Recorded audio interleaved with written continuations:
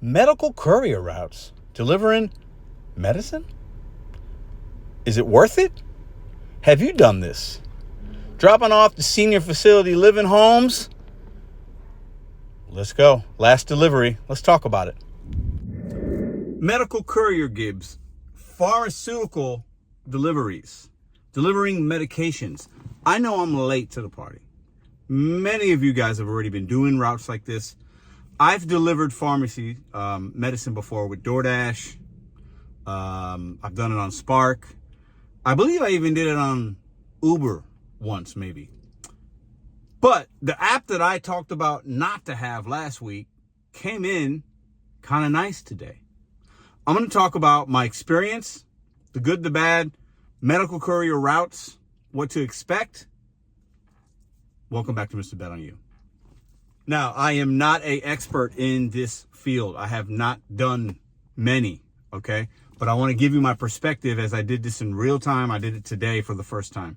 And I'm also, before I do that, I want to talk about things that I've seen but haven't accepted. I've seen on various apps these medical courier type routes that are paying you decent money, but the miles can be crazy. Okay, so you have to make a decision. Is it going to be worth my time?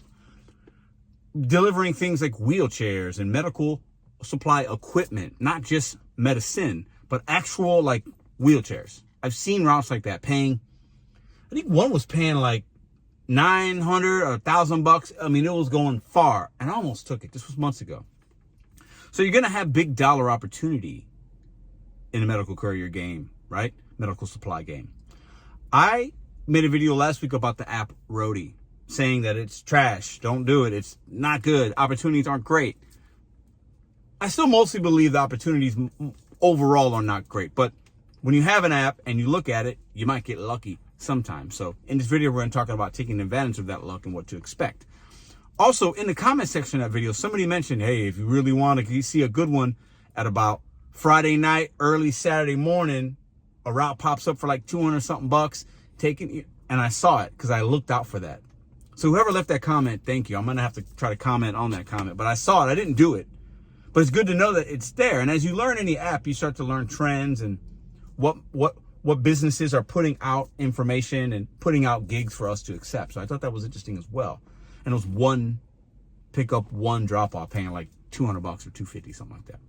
Now the one that hit my app today was $150 for 15 deliveries. Now, I'm going to put that information here.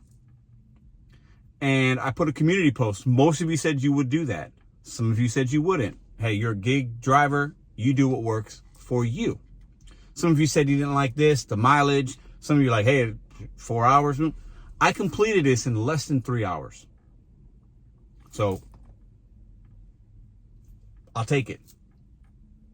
Now, a couple of things I learned from this route.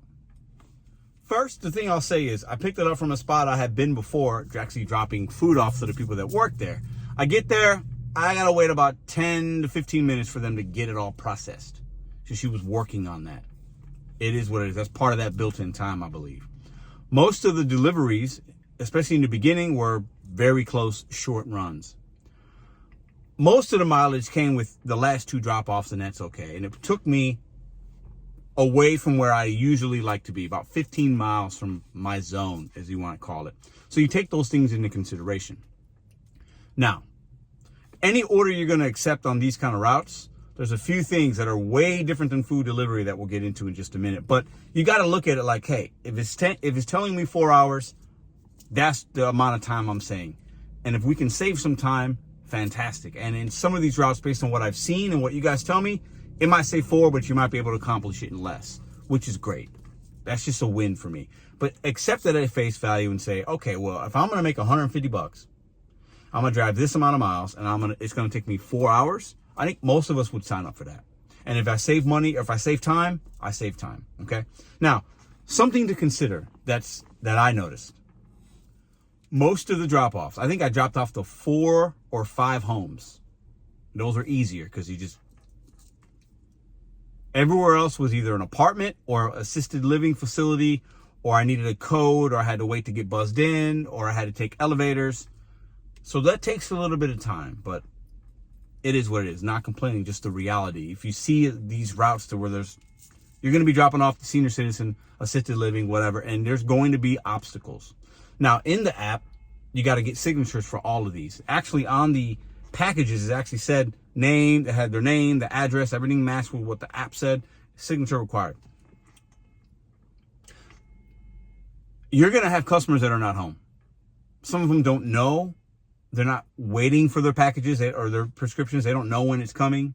It might have been a day late. They're busy. They're doing other things. They're not expecting you. One customer texted me, actually the first one, telling me she wasn't going to be home and what to do with it. And I followed her instruction.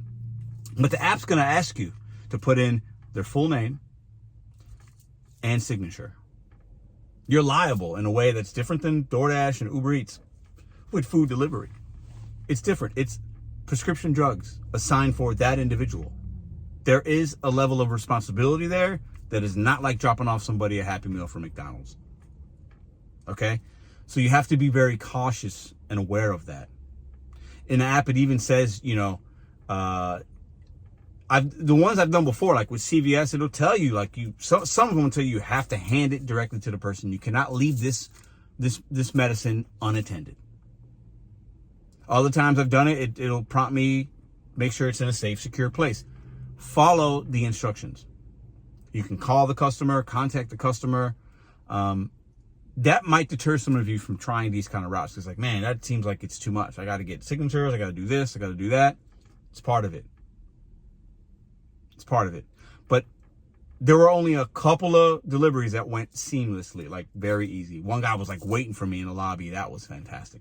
Most of the time, I would, and I'm looking for y'all. I make these videos also so we can learn. I can learn. We can learn. We can help each other in the comments.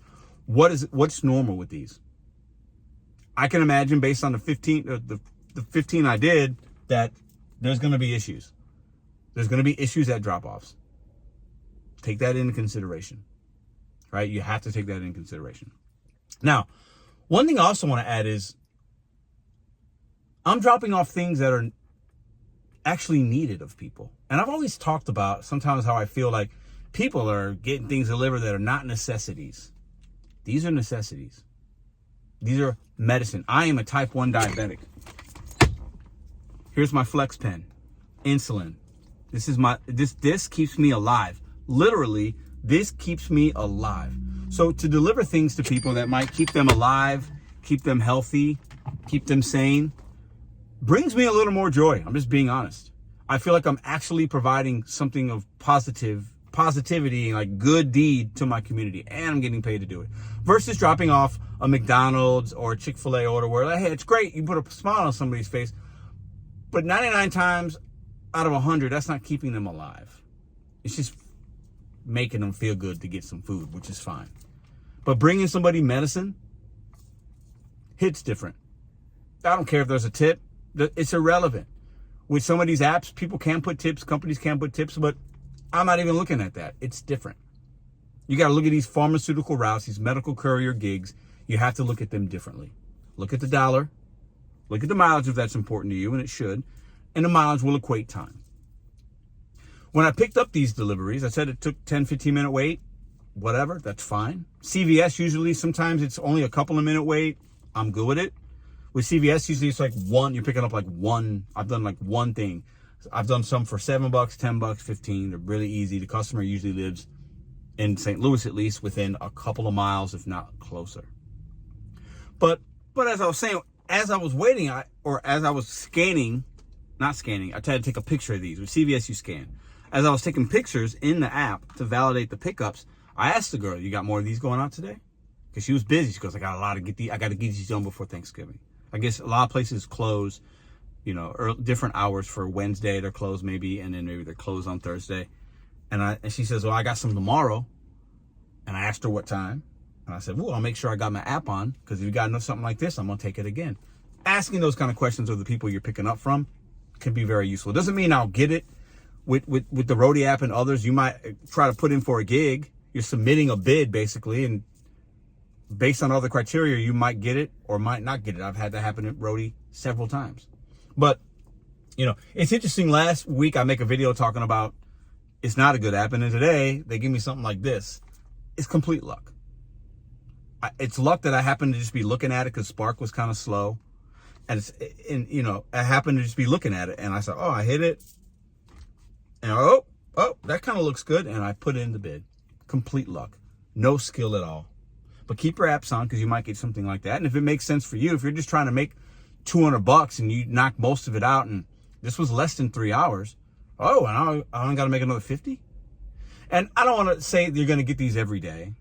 You know, with the medical courier gigs, there's a lot of different ways and a lot of different avenues and ways that you can put bids in and bid like boards, and there's a lot. And I'm not getting into that because I haven't done any of that. And if I ever get to that point, I'll share it. But there's a lot of money out here with these kind of gigs. And it doesn't mean that it's always going to be like this. It might be better. It might be worse. But it's an opportunity.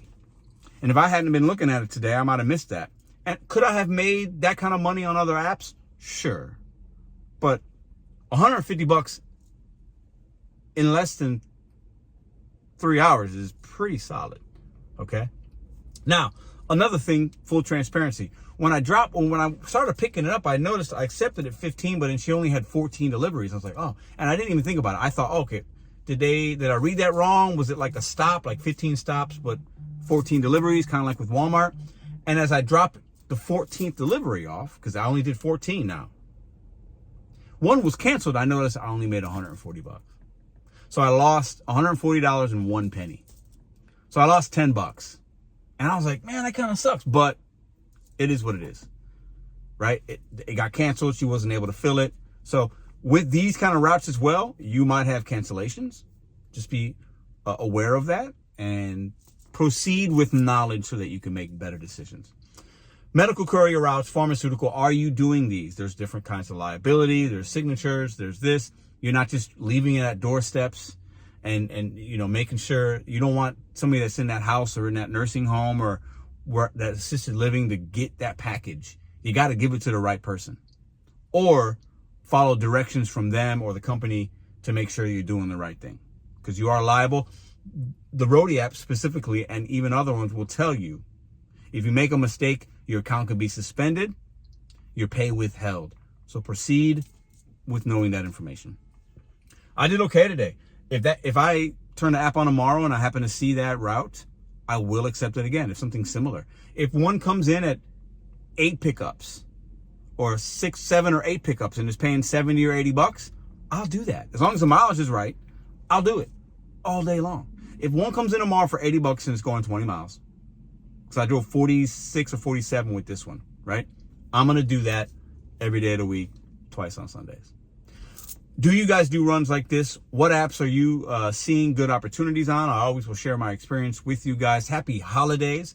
We got Thanksgiving coming up in 3 days. What are you guys looking forward to? Let me know in the comments down below. Would you have done this route? Yes or no, and why? And I appreciate you guys for watching another episode of Mr.BetonYou, the vlog. I guess vlog or episode, we can call it whatever we want. My daughter right now is in gymnastics. I'm getting ready to, I made this video and I'm getting ready to pick her up and have a good rest of my night. I appreciate the gig. I'm grateful for the gig economy offering me opportunities. Even when most of them aren't good, you got to fish through the good ones. You got to fish through the bad ones to find some good ones every once in a while. And on this channel, we try to give you some of that information, that motivation, that inspiration, and that entertainment. I'll see you guys on the next video.